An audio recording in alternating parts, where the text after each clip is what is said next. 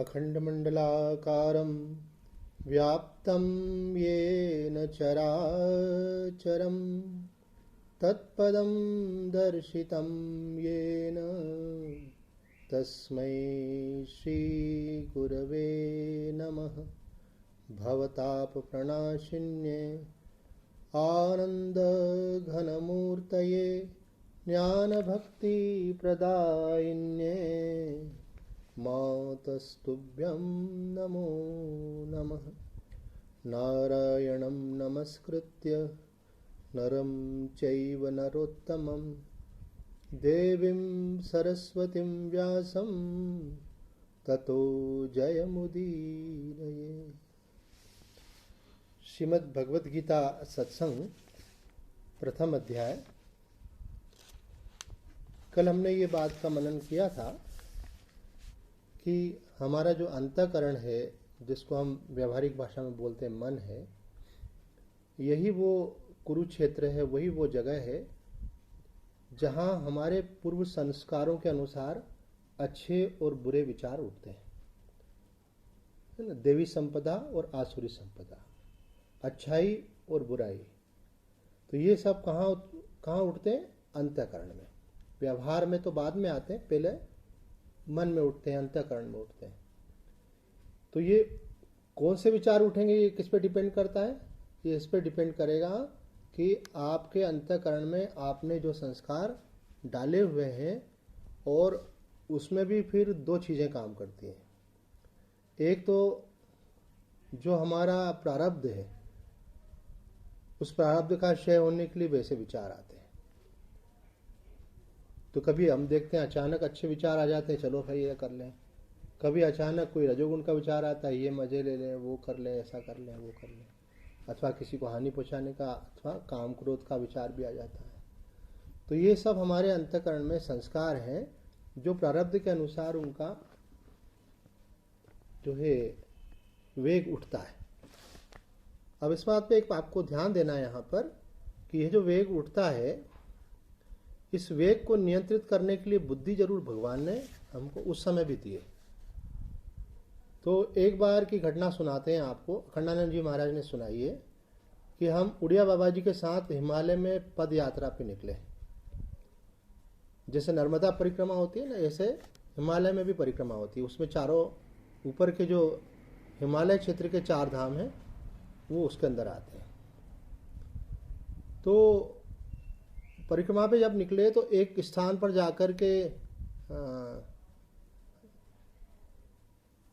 हवा का वेग जो था, अपना सोनाक्षी अपना ठीक से सेट करो बेटा, तुम्हारा केवल फेस नीचे चला गया है ना, देखो थोड़ा सा मोबाइल नीचे कर दो, हल्का सा, है ना, ठीक है। तो जब 4 धाम की यात्रा कर रहे थे, एक स्थान पर जाने के बाद बहुत तेज आंधी जैसी हवा चल रही थी। तो हवा चल रही थी तो चलना भी बड़ा कठिन लग रहा था।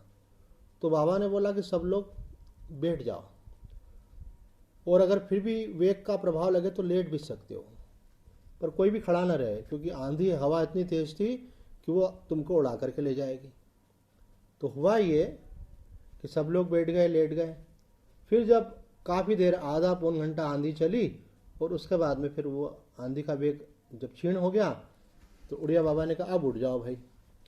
तो अखंडानंद जी महाराज ने ये बात समझाई कि देखो, अंतःकरण में कभी कभी नकारात्मक वेग भी उठते हैं, क्योंकि संस्कार है ना, जन्मांतरों के संस्कार है अंदर।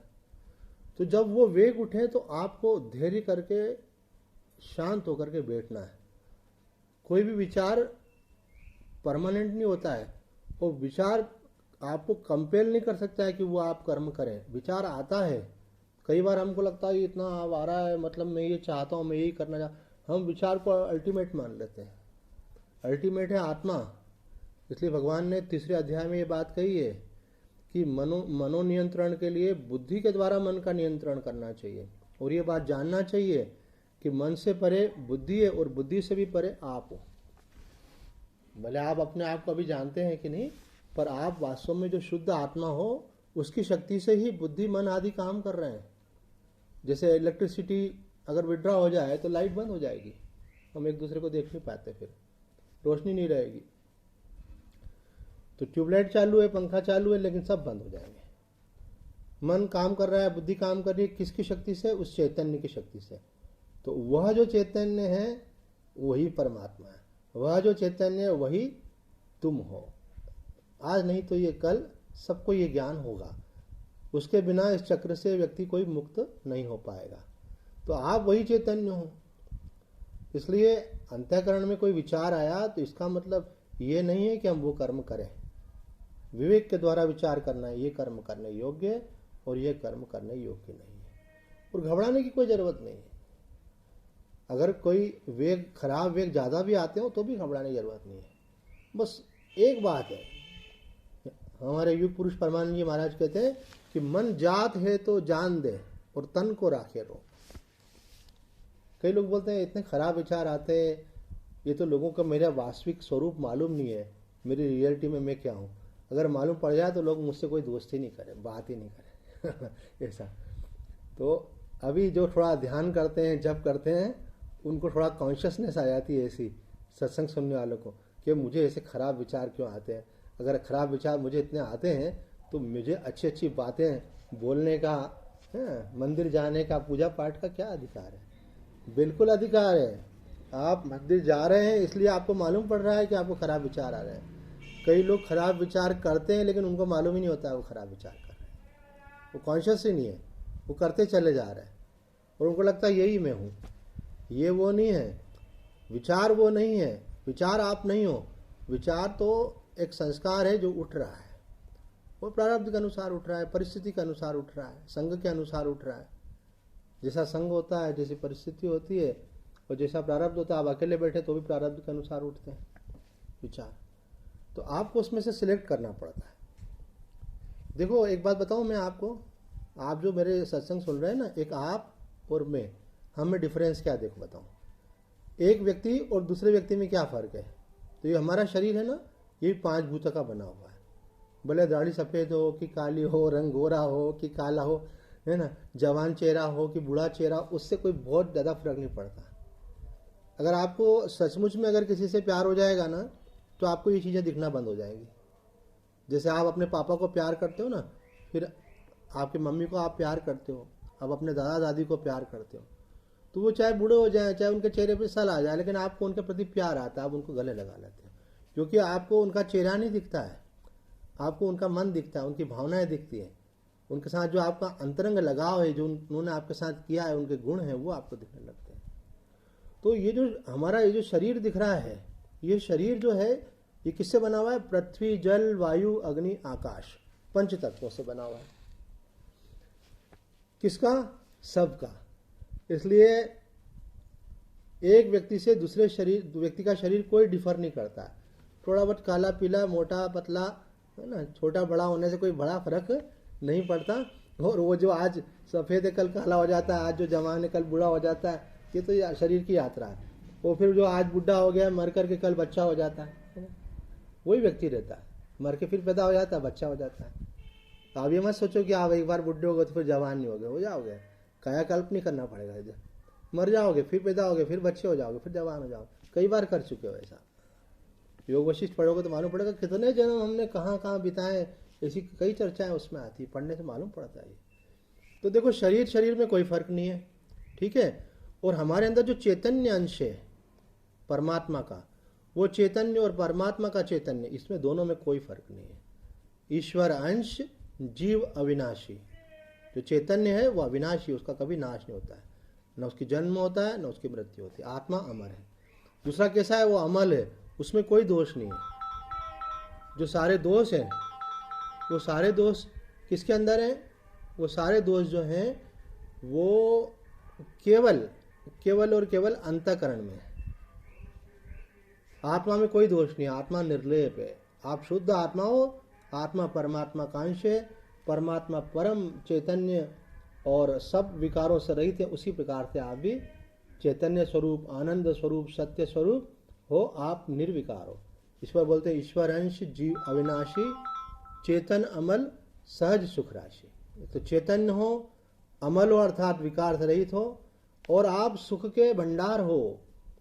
ये एक सबसे बड़ी बात है कि हम सुख के भंडारे और लाइफ लॉन्ग हम सुख की सर्च में लगे रहते हैं कि मुझे अगर ये पोस्ट मिल जाए तो मैं सुखी हो जाऊं, मुझे इतना पैसा मिल जाए तो मैं सुखी हो जाऊं, अगर मेरा ये व्यक्ति जीवन में सफल हो जाए तो मैं सुखी हो जाऊं, मुझे अगर ये भोग प्राप्त हो जाए तो सुखी हो जाऊं, मेरे इस व्यक्ति के साथ संबंध बन जाए तो मैं सुखी हो जाऊं।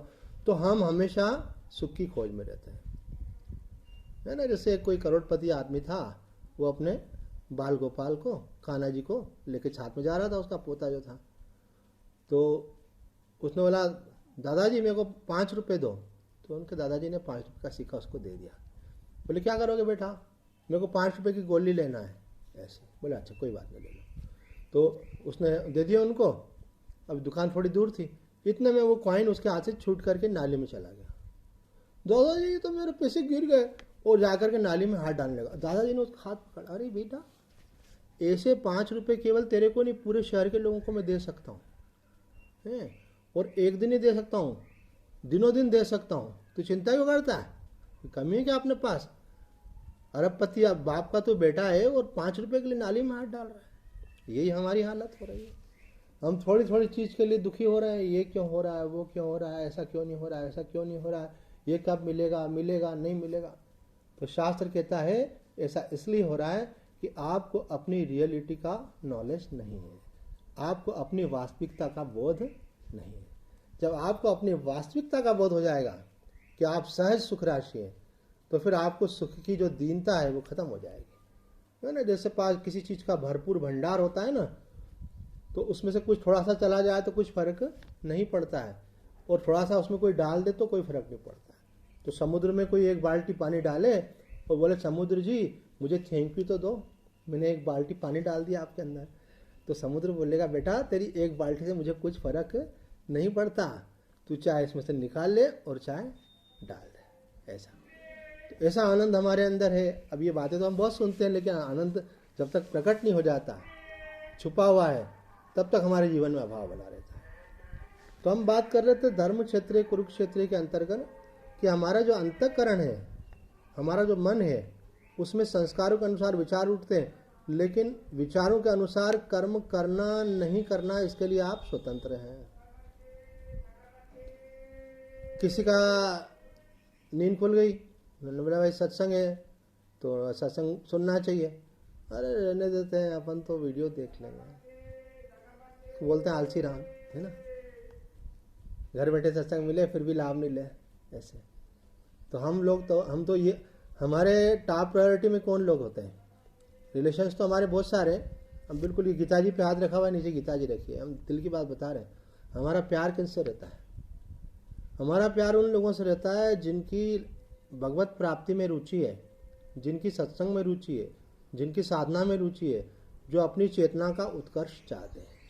उनको हम बिल्कुल बिल्कुल पक्का बता रहे हैं, उनको हम दिल से प्यार करते हैं। बाकी आप हमारे से कितने लोग जुड़े हैं क्या है, चाहे वो ब्लड रिलेशन में हो, चाहे और किसी कारण से जुड़े हुए हों किसी रूप में भी, लेकिन हमारा उनके प्रति लगाव नहीं रहता है।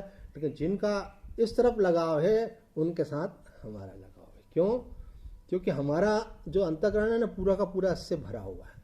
हमारी सारे जीवन की यात्रा इसी को लेकर के। तो समान संस्कार वाले लोगों के प्रति आकर्षण होता है।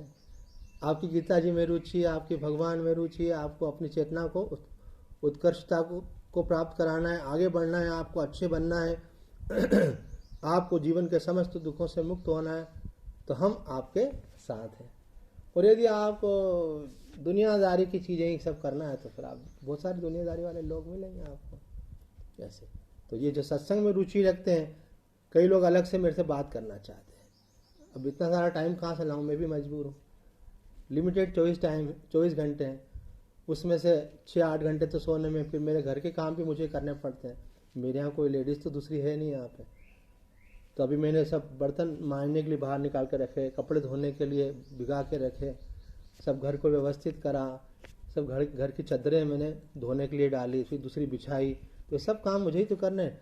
दोनों टाइम का खाना मेरे ही बनाना है। ऐसे तो ये सब काम मेरे साथ रहते हैं। फिर अपने कुछ पूजा पाठ के नियम ले रखे, फिर आप लोगों के साथ बैठ के कुछ सत्संग की चर्चा। ये तो फिर हमारा खास फेवरेट सब्जेक्ट है। तो समय इतना हो जाता है कि मिल नहीं पाता है, तो फिर उसमें से चुनना पड़ता है भाई किससे बात कर सकते हैं, तो किसी एक दो से ही कर सकते हैं। अभी कोविड के कारण कई लोग बीमार भी हो रहे हैं, उनके भी फ़ोन आ रहे हैं, तो उनके प्रति कंपेशन का भाव रहता है, तो निश्चित रूप से उनको प्रायोरिटी देना पड़ती है, क्योंकि वो संकट में है लेकिन अच्छे साधक है। संकट में तो दुनिया है, लेकिन सब दुनिया का बहुत नहीं सोचते हम। सर्वे भवन्तु सुखिनः, सबका कल्याण हो, लेकिन स्पेशल कौन होता है? जो हमारा साधक होता है, उसके प्रति हमारे मन में विशेष भावना रहती कि भगवान इनको शीघ्र स्वास्थ्य लाभ कराए, और जिनके चेहरे हमको दिख रहे हैं इनको कभी अस्वस्थ मत होने दें, है ना। अभी हमारे में ये भी संकल्प है कि जो आप दिख रहे हो ना हमको वीडियो में, इन सबके लिए ये भी भाव है हमारा कि आप सब स्वस्थ बने रहें, अस्वस्थ नहीं हो। तो इसलिए आप दर्शन देते रहते हो, तो हम आपके ऊपर ये ऊर्जा भी फेंक रहे हैं ऐसे। तो हम बता रहे थे कि अंतःकरण में, और अगर आप में से कोई, ये भी बता देता हूँ, बोलना तो नहीं चाहिए, अगर आप में से किसी को कुछ होने वाला होगा तो भी हमको थॉट पहले आ जाएगा। किसी एक के लिए आया मुझे, इसलिए एक मैं आपको सीक्रेट बताता हूँ, अगर आप कर सको तो करना। जो लोग वीडियो पे नहीं या ऑडियो पे वो भी सुन लें ध्यान से। ये मेरा अपना अनुभव है, अनुभव के आधार पर बता रहा हूँ, मैंने कहीं पढ़ा नहीं। कि जब आप कोई अनुष्ठान का संकल्प कर लेते हैं कि मैं इतने दिन तक अमुक पाठ अथवा अमुक जप अथवा अमुक साधना, कोई भी साधना का आप संकल्प करते हैं करूँगा, और हाथ में जल लेकर के भगवान के सामने छोड़ देते हैं, तो इसका मतलब क्या हुआ कि भगवान के सामने आपने कमिटमेंट कर दिया कि भगवान मैं इतने दिन तक, मतलब 40 दिन तक सपोज, अथवा आपकी संख्या ज़्यादा है तो आपने 1 साल का संकल्प लिया, तो अब मैं इतना, चाहे वो 11 माला का हो, चाहे 21 माला का हो, चाहे वो कोई पाठ के अंदर 11 पाठ हो, चाहे वो 7 पाठ हो, जब आप संकल्प ले लेते हैं तो एक डिवाइन पावर आपके आसपास काम करने लग जाती है। ये मेरा अनुभव बता रहा हूँ मैं। फिर आपके ऊपर बहुत सारे लोग कुछ भी करते रहे, आप पे प्रभाव नहीं होगा, वो कवच का काम करती है आपके ऊपर ऐसे। तो आपको बीमारी लग नहीं पाएगी, आएगी कुछ छोटा मोटा कुछ होगा, चली जाएगी। आप पूर्ण, मेरा अभी तक का अनुभव तो ये, आगे मैं नहीं जानता, जो आज तक का अनुभव वो बता रहा हूँ, आगे जो होगा वो बताऊंगा आपको।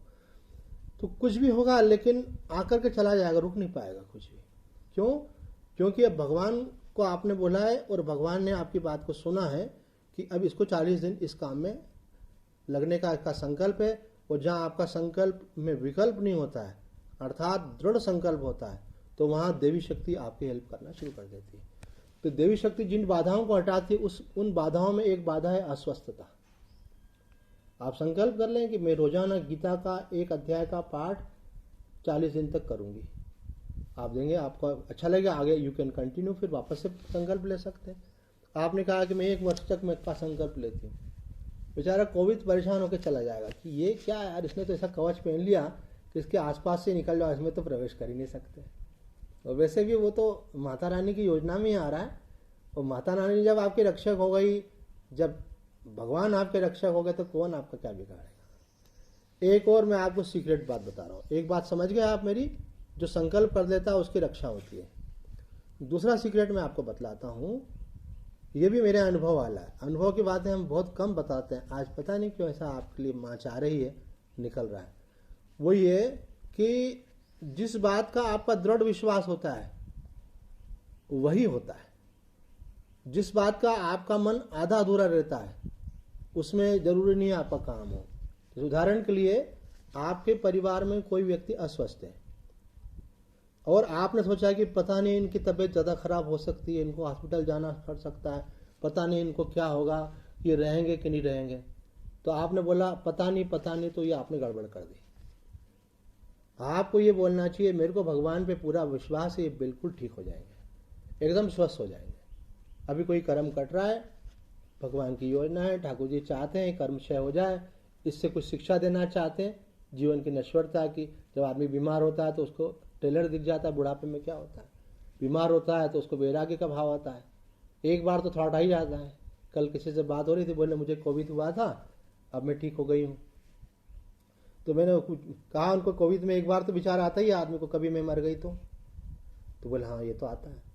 तो मैंने कहा कि आपको फिर जीवन के अंदर कभी ये विचार नहीं आएगा तो फिर आप एक दूसरे आयाम की तरफ सोच ही नहीं पाते हैं।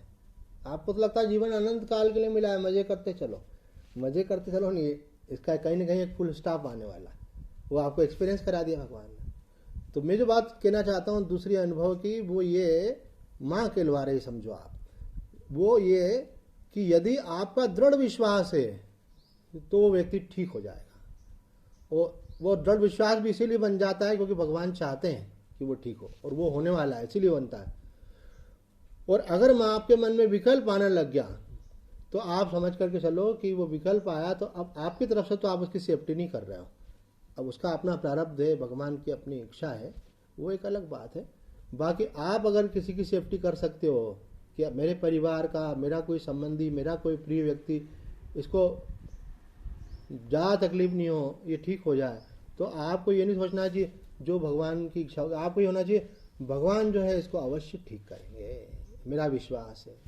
अब कोई बोलेगा अगर अपन ने ऐसा चाहा और वो ठीक नहीं हुआ तब तो फिर हम भगवान से रूठ जाए, फिर भगवान की भक्ति बंद कर देंगे, ये तो सकाम हो गया।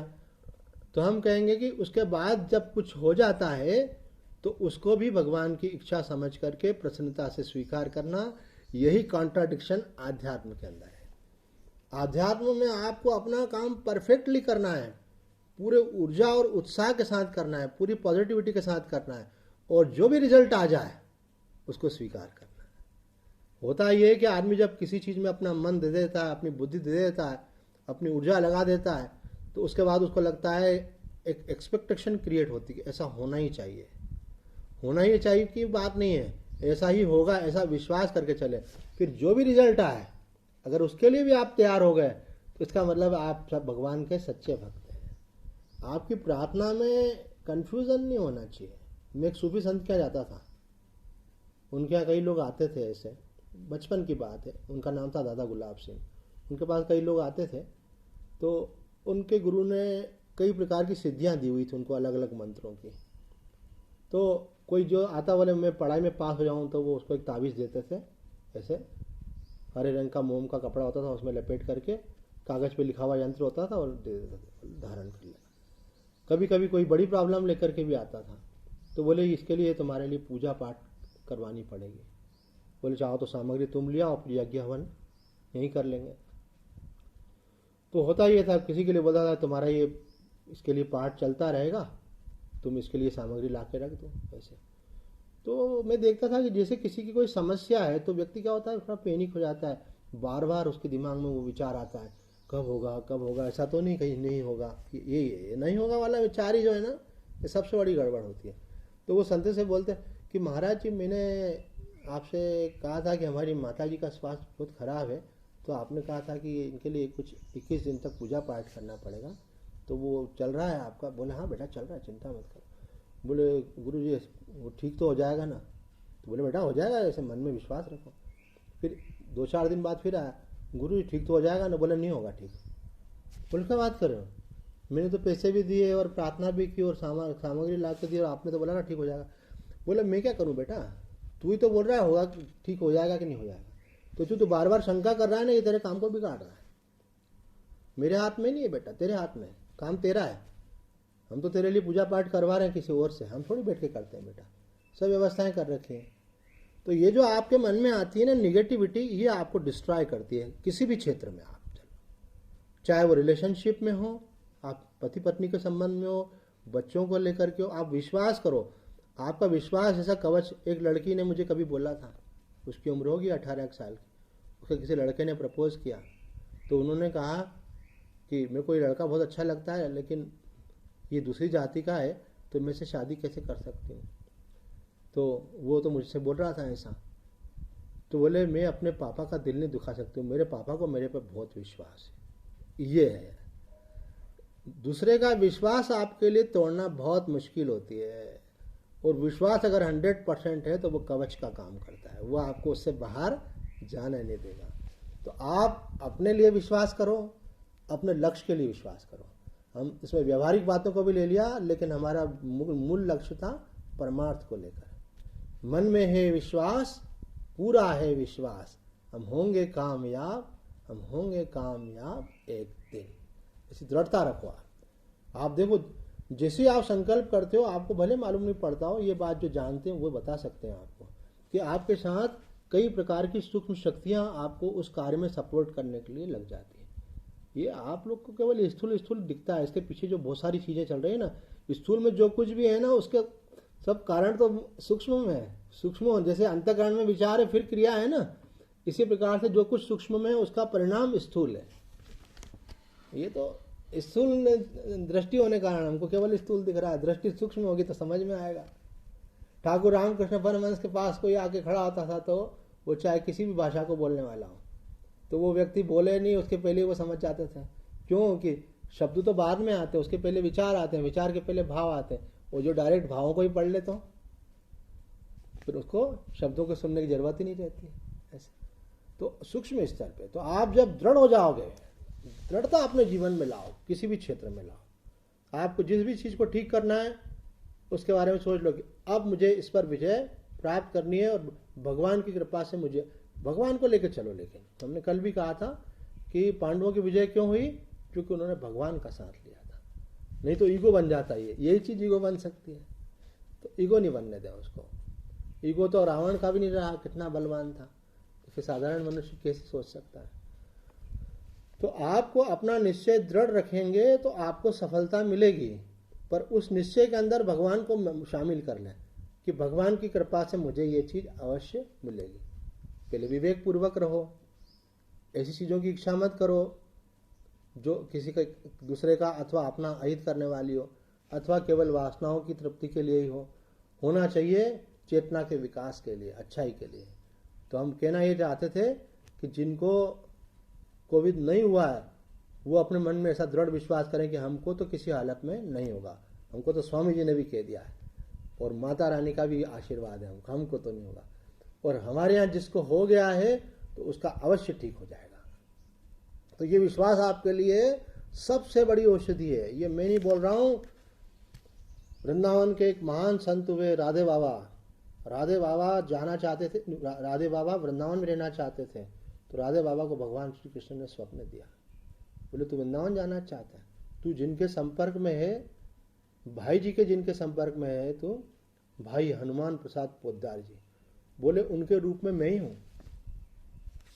तो राधे बाबा ने सुबह उठ करके भाई जी को प्रणाम किया, अपना स्वप्न सुनाया, बोले अब मैं आजीवन जहां आप रहेंगे सामने कुटिया बना कर रहूंगा। बड़े विरक्त, 1 लाख जब रोज करते थे वो, बड़े विरक्त सन। तो उन्होंने कहा कि अब मैं जहां भी आप रहेंगे कुटिया बना कर रहूंगा। उन भाई जी के लिए बता रहा हूं आपको, उन भाई जी ने ये बोला है, ये जो आप दवाई करते हो ना और ये जो आप परहेज करते हो ना, जैसे आपने मोदी जी बोलते हैं है ना कि जब तक दवाई नहीं तब तक ढिलाई नहीं। तो ये दवाई भी जो कर रहे हैं ना, ये केवल सिम्टोमेटिक ट्रीटमेंट हो रहे हैं। मैं कल ही पढ़ रहा था, एम्स के जो बड़े डॉक्टर हैं उनने कहा भाई हमारे पास अभी कोविड का प्रॉपर इलाज नहीं, जो भी कुछ हम कर रहे हैं ना वो केवल सिम्टोमेटिक ट्रीटमेंट कर रहे हैं। बुखार है इसलिए उसकी, खांसी है इसलिए उसकी, जो सांस लेने में तकलीफ है तो उसके लिए दवाई दे रहे हैं। तो कहते हैं कि आपकी सबसे बड़ी दवाई जो है, मैं बता देता हूँ, कोविड की दवाई किसी के पास नहीं है लेकिन मेरे पास है, दे दूं क्या आपको? देखो संतों की बताई हुई है, ये मेरा कोई पर्सनल कोई रजिस्ट्रेशन नहीं है इसका।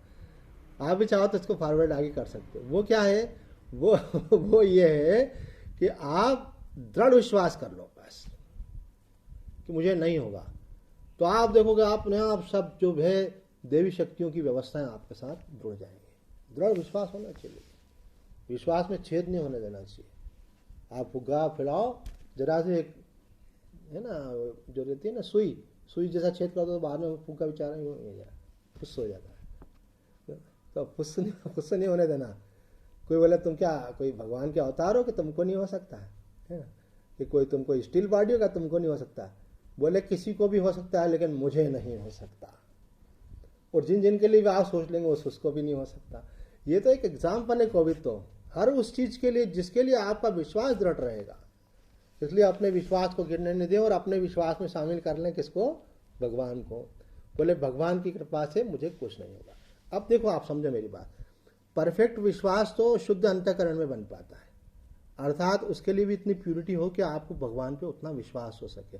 लेकिन कुछ प्यूरिटी तो सबके अंदर है। हमारे सत्संगियों में बैठे हो आप तो निश्चित रूप से है, ये तो आप सत्संग में क्यों बैठते हैं? तो जितनी आपकी प्यूरिटी है उतने अनुपात में तो आप विश्वास करेंगे, जितने अनुपात में आप विश्वास करेंगे उतने अनुपात में तो आपको लाभ मिलेगा इससे। और अगर आप 100% करेंगे तो 100% मिलने वाला है। अब ये कैसे हो पाता है? तो ये भाई जी ने कहा है, भाई जी ने कहा है कि ये जो आप दवाई करते हो और ये जो आप दूसरी चीज़ें करते हो वो मना नहीं है, ये कोई पाप नहीं है ना, सावधानी रखते हो, अच्छी बात है। लेकिन मैं एक बात कहता हूँ कि अगर आपको ये दृढ़ विश्वास है कि भगवान की कृपा से मेरा कोई बाल बांका नहीं होगा, तो बिल्कुल नहीं होगा। ये अपने आप में एक थेरेपी है, ये योग की थेरेपी। योगी जो होता है उसका संकल्प जो होता है ना बहुत प्रबल होता है। योगी का ऐसा हमारे यहाँ दृष्टांत आता है। हमके गुरुदेव ने एक बार पूछा था आत्म साक्षात्कार के विषय में, तो उन्होंने कहा कि एक योगी किनारे रहता था जल के, बहुत बड़ी नदी थी, बहुत गहरी नदी थी। तो लोगों ने कहा कि हमने सुना है इसके अंदर तो मणिमाणिक है बहुत नीचे। तो बोला हाँ हमने भी सुना। तो उन्होंने कहा आपने भी सुना, हमने भी सुना, तो फर्क क्या रहा, आप तो योगी हो। तो योगी ने अपने संकल्प से नदी के प्रवाह को रोक दिया, प्रवाह को रोका तो दिखने लगा उनको। तो इसी प्रकार से भागवत में भी आता है, भागवत की महिमा में शुरू में एक प्रसंग आता है धुंधकारी और गोकर्ण का। तो गोकर्ण का भाई जो धुंधकारी था वो बहुत गलत गलत काम करता था। तो फाइनली ये हुआ कि वो मर गया। तो मर गया तो प्रेत बन गया। तो उन्होंने सूर्य की गति को रोक करके पूछा आखिर इसका कल्याण कैसे होगा। तो इस संकल्प की महिमा को समझे। समय पूरा हो रहा है, इसलिए यहीं अपनी वाणी को विराम देते हैं। कभी कभी लगता है एक फ्लो में आधा घंटा कैसे निकल जाता है मालूम ही नहीं पड़ता। तो आज इतना ही कहकर अपनी वाणी को विराम। ओम पूर्णमदं पूर्णात् पूर्णमुदच्यते पूर्णस्य पूर्णमादाय पूर्णमेवावशिष्यते। ओम शांति शांति शांति।